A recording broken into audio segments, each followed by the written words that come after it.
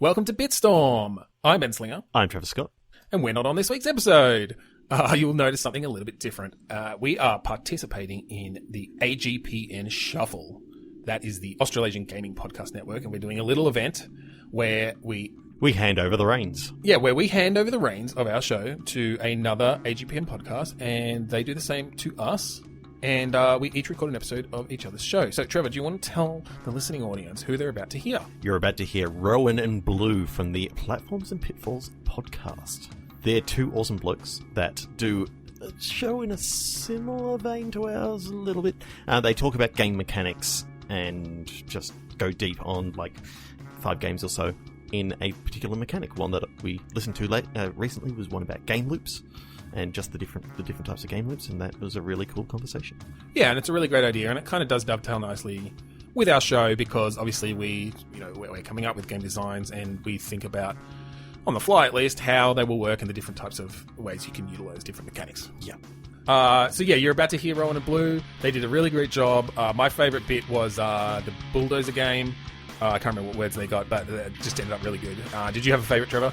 I just love the fact that they extended like the dentist and optometrist lore by adding. Oh yeah, they added a lot to that. Yeah, by adding chiropractors. Yeah. I mean, that was just that was a move that we didn't see coming. We haven't actually heard the episode yet. Okay, so here's Rowan and Blue. I'm sure it is awesome. Take it away, guys.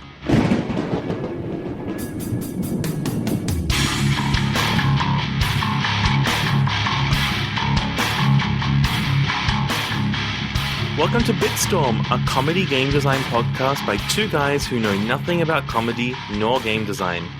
I'm Rowan, and with me this week is Blue. Hi. Those of you who are awake may notice we are not your usual hosts. As part of the Australasian Gaming Podcast Network Shuffle, many shows are swapping hosts. Usually, we host Platforms and Pitfalls, a game design podcast that uses 5 games each month to discuss an aspect of game design. However, we are here to do a Bitstorm episode, which means Click Pitch, where we use a random word generator to select one word each, then pitch a game idea. So, 3, 2, 1, click. I have wreckage. Triplicate. So, are we trying to do a similar wreckage 3 times? Are we navigating 3 semi-identical wreckages? It could be one of those physics simulators that ends up in a wreck, and you're trying to wreck the same thing in the same to have the same result 3 times, but like physics is against you, and there's all minor fluctuations that changes it. That could be one way to take this. Okay, so we're provided with like a sample wreckage, and we have to replicate it twice because there's already one there, and we have to make 2 more copies of it. I like it, so that it's not just a fluke, so that you know what you're doing. You have a model. You have to do it again, and then you have to do it a third time. Then you have to do it for you a second time, but in total, a third time it being done. Third time. But often, there's going to be like maybe a little minor tweak to some of the physics properties. Like maybe there's wind, and you have to work out how to replicate your plan with wind as a factor or something. Variables within the scenario could change. Yes. So how are we actually are we like an explosive squad that like we're carefully laying explosives throughout a thing to explode, or are we like a cannonball firing cannons, or what? What's our method of wreckages, and what are we actually wrecking?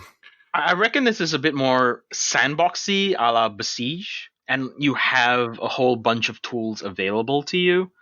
So long as you get to the wreckage, you can pull from the toolbox, and maybe you have, quote unquote campaign mode where you have a limited set of tools, but always something that's able to get you there. But that it's not so much about there may not be as much emphasis on like who are you that you're doing this. Just you have these things, you want to get this mess out of it. And I guess that leads to a lot of like really creative user content, because you can have like, here's a wreckage someone made. Yeah. Here's what it was before they wrecked it. And that would lead to a potentially endless amount of content, hopefully, that would ideally be at least a little bit interesting. It all relies on a good enough physics system. But I think like some of the interesting tools that you would have is, as you said, cannonballs, TNT barrels, explosives are always interesting, but I also always like literally just physics based, like catapults, giant springboards, and let's add on some complexity so that it's not just wreckage that sits on the ground, but like magnetic strips so that you can have bits on walls, on ceilings and stuff like that. And it becomes this interesting thing of trying to get, for example, this husk of a car from one end of the screen that you're given onto the other end on the ceiling without also somehow pulling along the, I don't know, bag of golf clubs in the middle as well. Like, I really like this idea. So we've got a bunch of, different tools ranging from relatively ordinary that you'd expect for wreckages like those bombs to those magnet things. And maybe we've got a few sillier items, or do you want to keep it like relatively tame? No, silly is like the way to go with this, I'm pretty sure. So we're looking at maybe like throwing in sort of explosive microwaves, like faulty electrical equipment, and like maybe faulty products. Like, what happens when, you put an explosive in the fridge, like things like that being a big part of how we're really abusing the physics and such. Mm-hmm, mm-hmm. So maybe, like faulty equipment is like one of the primary ways that we create our disasters. Destroy this room using only sound equipment. Just create bleach bombs, and somehow the bleach bombs create an extremely corrosive acid that just actually eats away at all of the organic material in an area. And maybe if you Rube Goldberg type machines to like, because a lot of this will end up being like, the more interesting puzzles would be more Rube Goldbergish sort of puzzles. Like we send the car over here to flip this thing to make the fridge explode, to do this, to do that. Yeah, so elaborate physics game where you're trying to create wreckages multiple times over to show that you understand how you actually got to those points. Yeah, I really like this. I think that's actually a game that I actually want to play. Okay then, let's go into our next one. 3, 2, 1, click. I have premonition. Keener. A person who wails or sings in grief for a dead person, or a person who is extremely eager, zealous, or enthusiastic, as in Keener. I think let's go for the slightly obscure meaning, because I think that's... Yeah, so the first one, the wails or sings in grief for a dead person? Wails, sings, grief for a dead person. What was your word, Premonition. Premonition. Yeah, I mean, like, that just works, It right? works so much better. So... I don't know what game mechanic this would be, but I like the idea of someone who's like, they're a person who sings in grief for people, but they also know that people will die before they will die. So they sing for someone before they die? Or they like sing where the person will die. And they're just there for the death. How fascinating. But I don't know if that's a game. That seems like a good horror movie, but I'm not sure it's a game. How would we make this a game? Well... what it could be is that you could be following... So, like, it may not be a person who is consciously doing this, but it could be just this force, like a Banshee-esque occurrence, and you are tracking these down to prevent a death. Oh, so the Keener is what is giving you the advance notice that someone will die. Yeah, and it's not necessarily someone who's just out to do this to freak people out or whatever. It's just this thing that you are special, and your character notices that this happens and has taken it upon themselves to try and, when it happens, prevent a death. Okay then. So we're sort of looking at something, there's a lot of games like this, like Ghost Trick and Shadow of Destiny, where you are presented with knowledge that someone is dying or will die, and you have to work out how to prevent it. Unlike a lot of those games where you usually get to see the death first, you're trying to prevent it before you know it. Yeah. Which, because you're likely to fail first time, unfortunately that won't... Human players will always see it multiple times, but it's a bit of a twist to try and actually prevent it the first time. There can be a bit of a Final Destination-ish kind of feel to it, where, you walk somewhere and it's very obvious. The Keener is over this puddle of water with an electrical wire that's loose, and it's about to fall into the puddle of water. But then you fix that, and then instead of just disappearing and winning, the Keener just moves like down the hallway to another, mishap that's about to happen. So it could be that some people are really fated to die on that day, and you're trying to get through that. So we're trying to prevent all the many causes of death that people are fated to die on these given days with. Maybe. It may not be as complicated as that, but you could have certain scenarios that are as complicated I think as the that. overall complexity of most of these will be like about equivalent. Obviously building up as the game goes on. But as Yeah. in like if it's a single point of the puzzle, it'll be a very elaborate solution to get that particular thing Yep. fixed.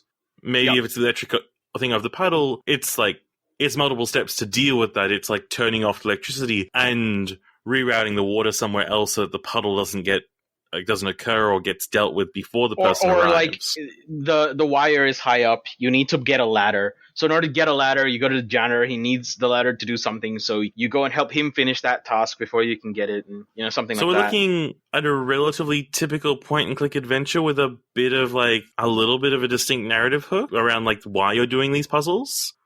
Yeah, kind Can of we like get that. like a unique verb? Can we like communicate with the keener in some way that makes this distinctive? Yeah, the keener itself is so passive at this point. Yeah, like right? it's really just saying, there's a puzzle here, do it. Which is not super interesting unless like the keener's location is sort of an ambiguous hint itself. Like it's not as direct as a puddle with electric wire there, which is obviously that's a tutorial. Yeah, that feels very tutorial. Yeah, but okay. So let's say that the keener itself isn't super specific, so it doesn't go to the point where, like, it doesn't hover over the puddle if the person's going to die in the puzzle, the puddle. But it's like this constant in an area, and what the keener is able to tell you is what the current way this person is going to die is. So you have to keep checking back with the keener to see what the current way they die is. I'm not sure. Like, that's still not much of a verb. That's still like just a check-in point, right? Like the keener isn't still. Yeah, still it's isn't really doing just a very hint much. system, to be perfectly frank. Okay, the keener. I do like the idea that the keener does something. But what? Yeah, what would a keener do? It'd have to have another role besides just like another job, Is right? it because it's producing sounds, of course, Mm-hmm. that only we can hear, but are those sounds interfering with other things? And so actually like part of the puzzle solution is to either distract the keener or to Lure the keener to certain areas. maybe you actually have to try and create potentially deathly situations for other people to then deal with the problem at hand. So what you're actually doing is creating a potential death to then free up certain things to then to deal with this death. And then you have to cancel the other plan, more or less. So you lure the keener away with other potential death. Maybe the keener is more active than we thought. Like the presence of the keener there would trigger something, and we need to get the keener away. So not necessarily that we give a verb to the keener, but like the keener is part of the Yeah, puzzle. it's a very big part of the puzzle. Like getting it away and getting it back are the challenges. Okay. So you're sort of like creating a chain reaction, like prevent this death by creating this death, and then prevent that death. And so you're sort of making this big cycle that you actually have to eventually break or bring back to the start after that person has survived. Is that also just a way for you to buy time? Yeah, I guess so. So it's potentially a way to buy time. I think this has to be like a fairly real-time puzzly bit, a lot like Ghost Trick, where you can pause to like have a moment to think, but you can never just do actions go back in and a think. vacuum. Yeah. We probably need a relatively good checkpointing system here, because we need to have we need to make safe checkpoints. It's probably fairly linear in terms of the right call, and then every time they make the right call, you just checkpoint them. Like, and I say linear, but like you might have 2 or 3 different ways to accomplish safe, like making one area safe or making this person a bit safe. But that's it, right? And the point of it is that you still just survives to minute 3, then you're checkpointed, you're good. Yeah. While in an ideal world, this would be really cool as like a more sandboxy, lots of options kind of thing. It would be too many options would make a player feel too stressed and probably mean that they would feel unsure if they lost because the game wasn't fair or if they lost because they did something wrong 3 steps ago. Yeah, that's right. Which in one situation, that's really cool. Personally, I would find that too frustrating. Yeah, I like the you don't have to look back kind of checkpoint system, where if you've passed a checkpoint, that's it, you're fine. You have the tools necessary to go Yeah, forward. and maybe at the end, like a lot of the modern episodic adventure games give like percent of players who did this or that. You might see like the percentage of like how many players did each of the methods you did, and see like what percentage of the timeline you're on, and it might just tell you that there were like 5 ways to do this. The modern Hitman games have a bunch of challenges where like there's a lot of different ways you can solve a problem, and the game will tell you that here are some other ways you could try it. Why don't you try solving this problem with a toothbrush instead of whatever you did it with instead? So hinting at alternative routes through achievements. Yeah, that's right. I almost feel like this is the kind of game where the last level is you preventing your own death. Yes. Or maybe And that's it. Like maybe this... the first level and the last level are like the same almost. Like as in the first level is you preventing your death, and then you start seeing the thing. And the last level is you letting yourself die, actually, after saving a bunch of people. I was actually going to say that I feel like the last level is you like the keener appears and it's like premonitionizing, foretelling your death, and the correct answer is to just do nothing. Like it's just one often meets their destiny on the road they take to avoid it, which I have been saying so often these past few weeks, and I only just remembered that it's from Kung Fu Panda. Oh, really? Which is great. That's such a it's from Kung Fu Panda. It's a really, really good phrase. Uguay says it when they talk about Tai Lung being released. But that's beside the point. So the last level is just, if you think about trying to save yourself and like think about what could kill you, that ends up killing you. And the right answer is to just do nothing, and then you go about your day as normal. Oh, that's really good. I think that would be funny as well. I love it, like, as the thematic thing. As a movie, I think that'd be a great ending.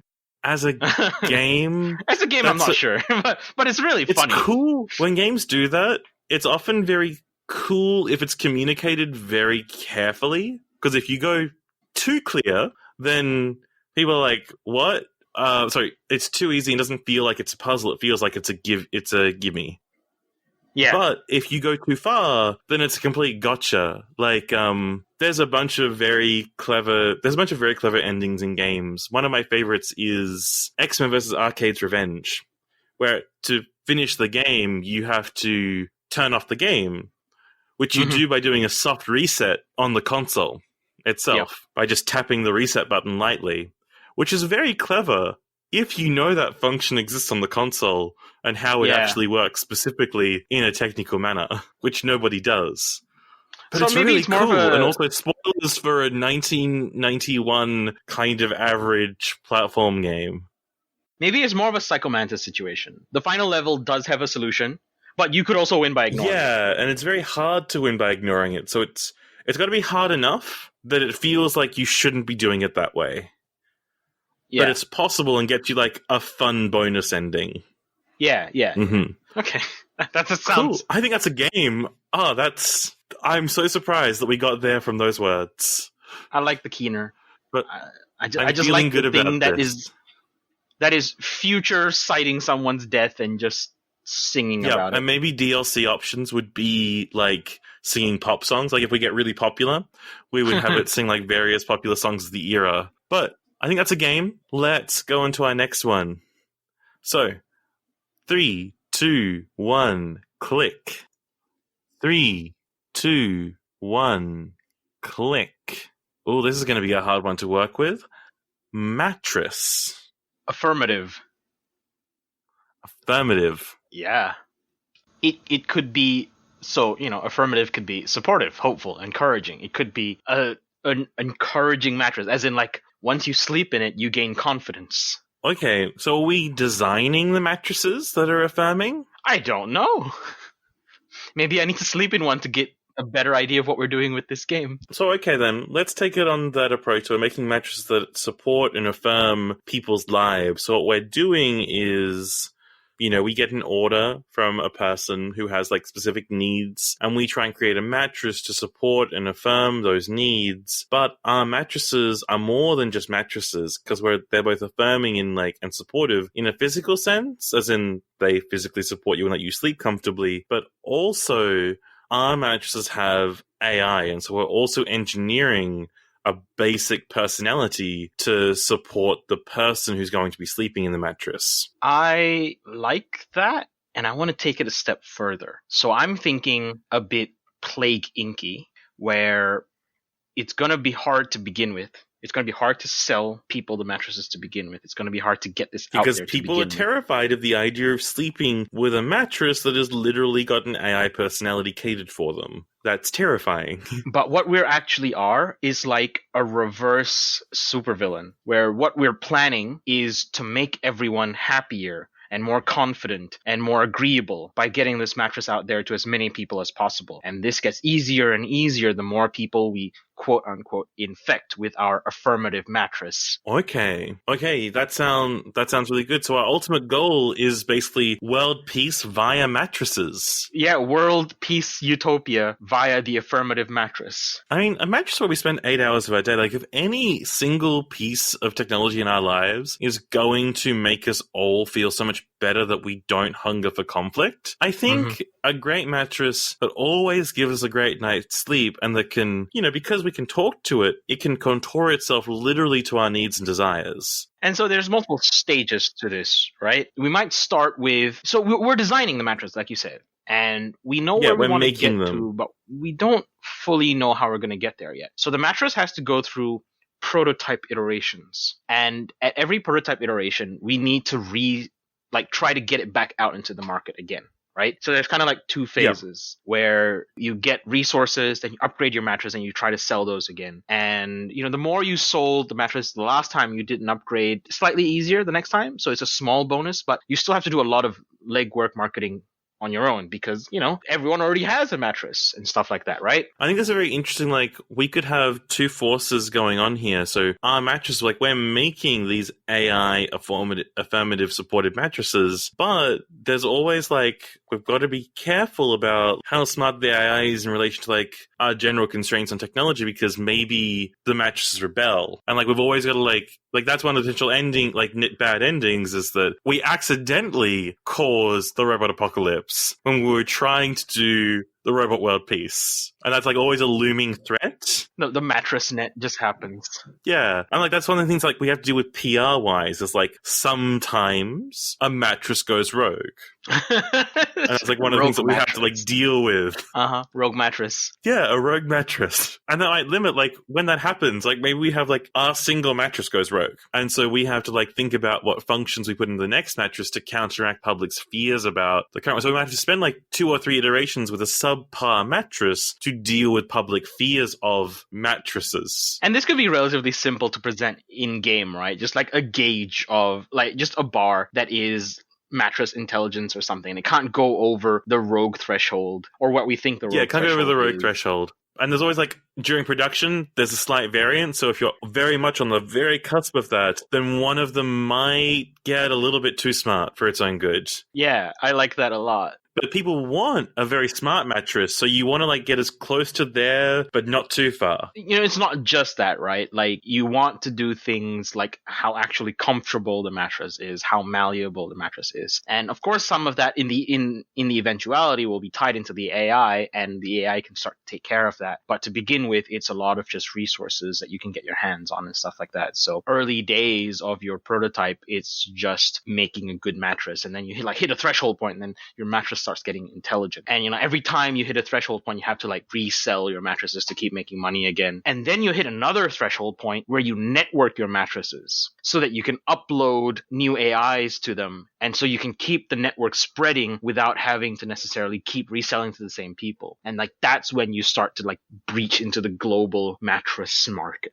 Wow, I think that's a game. I really like the reverse supervillain who's I am going to put a mattress under every person and it will make them Now, I want to ask this important question. What about countries that don't use traditional mattresses? Is it going to be for the Japanese market, making futons will provide a whole different batch of challenges and localizing mattresses for different regions that don't use traditional mattresses being an issue because the space in a futon is different to a standard Western mattress? So maybe there's 2 routes to go there where you could try to adapt to the country in question, the region in question, and try to put the existing technology that you have into whatever sleeping surface they prefer. Or you could just propaganda bomb them and convince everyone that they need a mattress. You might be a reverse supervillain, but the word villain is still in your title. Yeah, that's a good point. So we're using villainous techniques and villainous methods to bring world peace still. Yeah, I totally think that's super valid. I think that's very valid. You're gonna get it your way. You know, at some point, to do the things that the world needs, someone just has to take action and do something about it. And that's us, and we're doing it via mattresses. I love it. To think I said I want to mulligan this, but no, we got there. The affirmative mattress. Be good or else. Yes, be good or else. And I'm just imagining they're actually genuinely supportive, people. like when you actually deal with it. Yeah, but I'm also imagining like sleep-deprived people because the mattress refuses to let them sleep if they're just evil, if they're just bad people. Just never get a good night's sleep ever again until you reform. Yeah. Oh, you're evil and you're too motivated. Let's stop you from getting sleep. Okay. 3, 2, 1, go. I've got a blowtorch. Got cock. Pardon? Cock. As in chicken, okay. Yeah. Yes, so we've got chicken welding a blowtorch, I guess. That's the obvious go-to. Or we could really? Do something more because in my head, the obvious thing was a chicken with a blowtorch for a head. So we might be in slightly different spheres here. I mean, that's a sequel to Bomb Chicken right there, isn't it? I don't know what you're talking about. Sure. Bomb Chicken is an indie platformer where you are a chicken that lays bombs for eggs, and you use them to solve puzzles. Of course. You've got Bomb Chicken and Blowtorch Cock. That's the perfect pairing. More of a proper superhero name dynamic than I'm comfortable with, perhaps. Mostly because I'm not sure what a blowtorch-headed chicken looks like. Mm-hmm. And while I'm struggling to imagine it, I'm not struggling to see that it is kind of hilarious. Yep. I mean, so what are they doing? Well, I mean, the pair-up game would be the sequel to this, so we're not going to worry about their pair dynamics yet. Okay, so just the blowtorch head. So just the blowtorch head. So I think we're sort of using, like, the motif of the headless chicken running around kind of chaotically, because chickens, like, live a short while after they're killed, if their head's chopped off, so... we should clarify that they're not alive at that point, but their muscles are still spasming. Okay, that is a very important point. Yeah. It's not like the chickens are still alive without heads. No, that's not how that works. Yep. Sorry, yeah, that's a really good point. I guess a bit of Lemmings is going on here. So we've got this, like, autonomously moving but not really conscious rooster running around, and you're trying to get this creature to the end of the level to light something. So it's another puzzle platformer type experience where we're navigating a dumb creature. Is it alive? It's not alive. I mean, do you want a variant where we control it and it is alive? Kind of. Like, in my head, I was imagining some kind of Inspector Gadget monstrosity that went horribly wrong, and it's just a blowtorch on a chicken. And the blowtorch is just functioning, and I don't know what it's using as fuel, but it is. It's using the life of a chicken. It's using all the future cockle-doodle-doos that the rooster can never say. So if you get to the end of the level, it does the task it does, that like lighting something or welding something, and it just falls over and dies. That's what I was thinking. If we're going to do like the sort of Lemmings-esque sort of puzzle platformer where you indirectly control these creatures, or no, that's not Lemmings. Lemmings you do directly control some of them, but you have to indirectly get a lot of them across. So I guess we have like a few tools in which we can use to interact with the level, like building like a few extra pieces. Like we have a limited set of tools, and we can like build like a ramp here or place a thing here or things like that is how I envisage it. Did you ever watch the movie Chicken Run? Yes, I did watch the movie Chicken Run. I'm very fond of that movie. Getting chickens to escape, right? Yes, it's about getting chickens to escape. So what if this was Lemmings-like, as in you had to get a number of chickens out, and the job of the blowtorch chicken was to create that path? Okay, then. So the blowtorch chicken is the thing that we control to let a bunch of other chickens navigate through the level And those chickens are more or less acting just autonomously, fairly mindlessly. Yeah, and at this point, it doesn't have to be a blowtorch for a head. It could just be a chicken with a blowtorch to make this less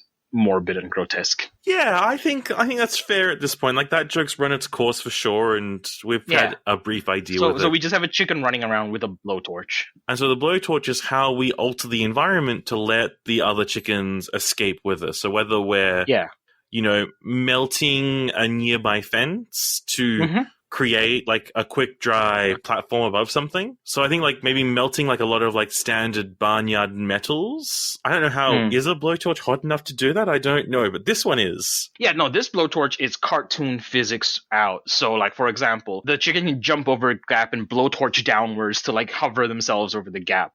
Oh, good. We're rocket jumping and everything. Yeah. No. This blowtorch does everything. It doesn't matter if it makes sense. As long as in your head you go, oh yeah, fire comes out of it. Of course it does that. It does it. Okay, and I guess like sort of our restriction for this is the chickens are approaching in real time. So we have to manage in real time like our environment and how far away they are from it. And we've got fuel restrictions too. We can't just use this blowtorch completely trivially. But our kicker is that often to get the larger amounts of fuel, we need to do some clever gymnastics with the blowtorch using its fuel to get the large caches of fuel. Absolutely. So these chickens are lemmings level intellect. Yeah, they'll walk to a cliff and walk backwards from it, but if they're walking into, for some reason, a meat grinder, they're just going to keep walking through. Yes, more or less. Yeah, absolutely. Perfect. And it's just hovering over gaps and then on the other side, cutting down, a wall to like make a bridge.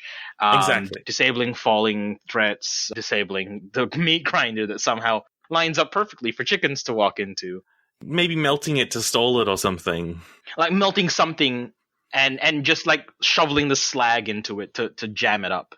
Mm-hmm. Yeah, so fire is our core verb, I guess, is the way you might think of it in terms of helping these things navigate. Yeah, I think that's a game. And maybe if we get lucky, we can tie it into the Chicken Run license for like a little like side spin-off or something. I don't think we'll be lucky. DLC levels.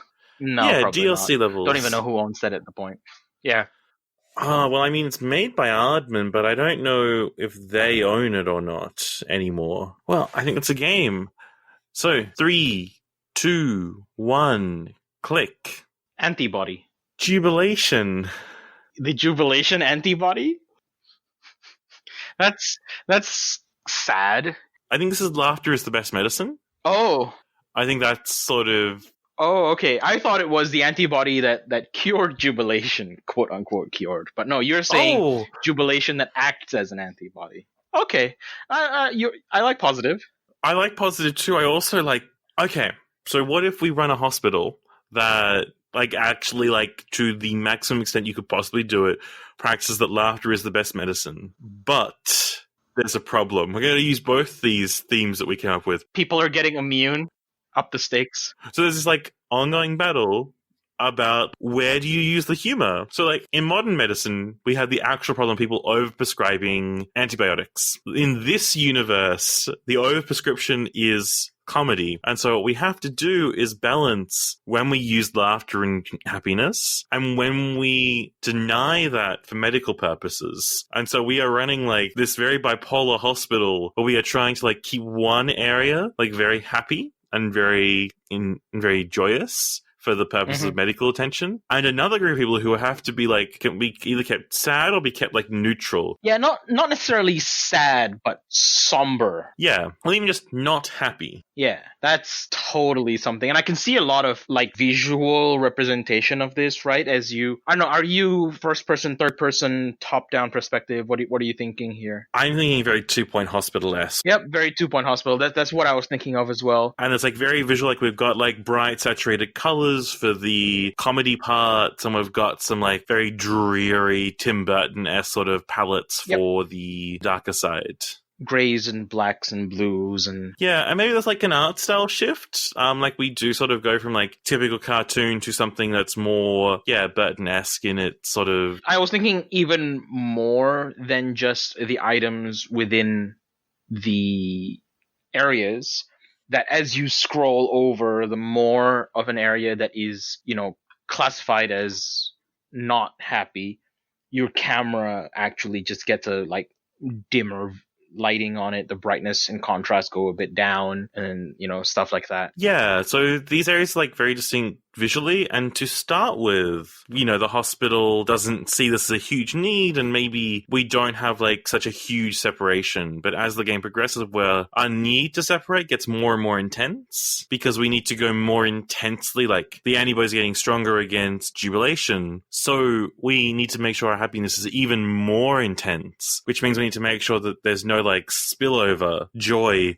getting into the other areas at all, to the point where we actually start having to push them into worse than just being somber. Like, we're going both extremes for medical reasons. This sounds like a horrible, horrible psychological experiment. Your hospital just opens up next to like a graveyard. You just start hiring people onto your staff, like Dr. Frankenstein, and not evil, but darker. Yeah, you hire the kind of doctors that would have been fired traditionally because they're a bit scary. Well, or maybe they just have horrible bedside manner. Because in that world, that's the equivalent, right? And so your high priest is like, you have to have this like distinct balance, and you have to make sure to, because there's been exchange of ideas, like you have to be able to like every now and then make sure that patients get transferred from one ward to the other when it's clear certain treatments aren't working, but you don't want to risk infecting the wrong ward with the wrong emotions. Is it just area based? Does a patient get treated the moment they're in a different area? I guess that's right. We have to think about the method. A lot of 2-Point Hospital comes from the machines and the medication and stuff like that. Yeah, so we've got like lots of different methods. So yeah, in the dark side, like it's a lot of like much more strict like actual medication, and on the other side it's more like trees of comedy and humor and different ways to entertain and bring joy. What if it's not traditional medicine, but what if it is absurdist, like 2-Point Hospital? So it's not funny, haha funny, not joyous in that kind of respect, but it's like,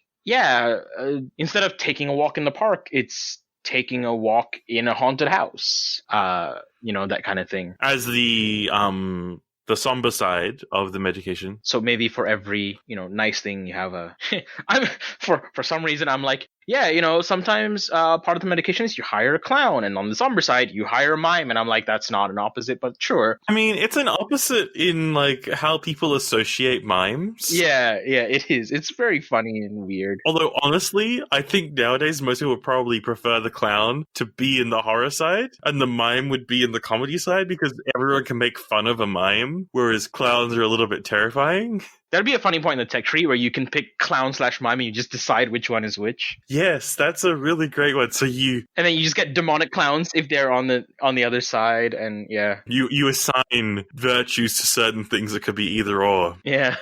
Yeah, so a hospital game where we're managing medication through feelings, basically. In moods, right? Like moods, ambience, atmosphere. Maybe it's not even really a hospital. It's that world's equivalent of a hospital, but Is that like the big end game reveal? Yeah. It's just psychiatric ward? Like it's just Arkham Asylum or something? That'd be funny. But sorry, what were you actually going to lead with? Oh, I was going to say that we don't need the trappings of a hospital. That's true. We don't actually need the trappings of a hospital. It's just the wellness center, the place you go to get better in this world. I agree there, but the problem is like I feel like if we're getting to measuring antibodies, we need a more medical setting. Although the end game reveal of you were never running a hospital in the first place, you're just all crazy, would be kind of funny. It would be kind of funny if we had like a traditional campaign, but I imagine like 2-Point Hospital, this isn't like a traditional campaign sort of structured game. 2-Point Hospital has a campaign. I haven't played 2-Point. It always just felt like a game that wouldn't have had one, but I'm wrong. Okay, good. I should play these games. 2-Point Hospital looks like a lot of fun, and I hope this game would be too. It's nice and silly, yeah. Okay, is that our game? Then let's go to our next. 3, 2, 1, click. Seclusion. Insomnia. Seclusion and insomnia, huh? That's a recipe. That's a recipe. So let's start off by implementing the difficulty, the counterpoint. You're in a loving marriage. Okay. It's important to you to be like separate to your partner at points, and you also have terrible insomnia, but maybe this is like a very silly game up front. Maybe you are in bed with your partner, and the whole like point of the game is to be able to be separate to them without waking them up. So it's about leaving the bed. Oh, it's about leaving the bed, not the activity that you're doing. Yeah, like I think like the primary activity is like to escape out of the contortions that you and your partner might be in. Like I'm seeing Octodad in my head. yeah, and maybe, maybe you're polyamorous, so we can have different levels being different people that you might be laying with. And you're, trying to get seclusion, which is weird if you're an insomniac who likes seclusion, who has multiple partners, but sure, modern world. I mean, people need space, right? Yeah, people always need space. That's just natural. And if you are insomniac, you don't want to, like, feel awkwardly awake next to your partner. Like, that is... horrible. Like, definitely, like, an uncomfortable feeling. It is.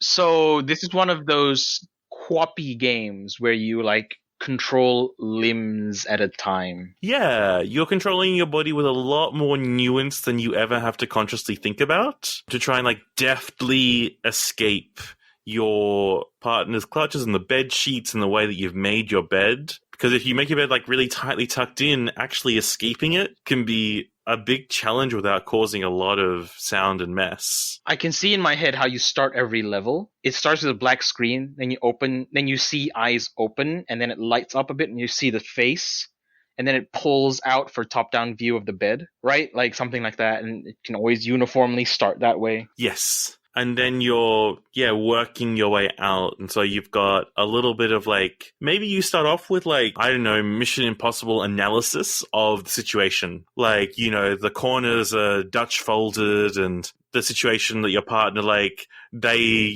had 2 coffees early on. You have this like mission rundown of, what's going on with like some very like nice pans and sweeps to like illustrate these things. And maybe if we're being really creative and clever, through these like pans, we come to like over the course of all the levels, come to understand the protagonist's life, but each individual one doesn't reveal much information about them personally. But anyway, so we get this Mission Impossible rundown of all the potential obstacles that interfere with you leaving the bed without disrupting your partner, and then you have to execute in your very guapish style. So like early level is just, get the blanket off you. Yeah, like gently moving the blanket, and maybe they're like tugging it, so it's like making sure that you don't pull back too much when you do remove it. Mm-hmm.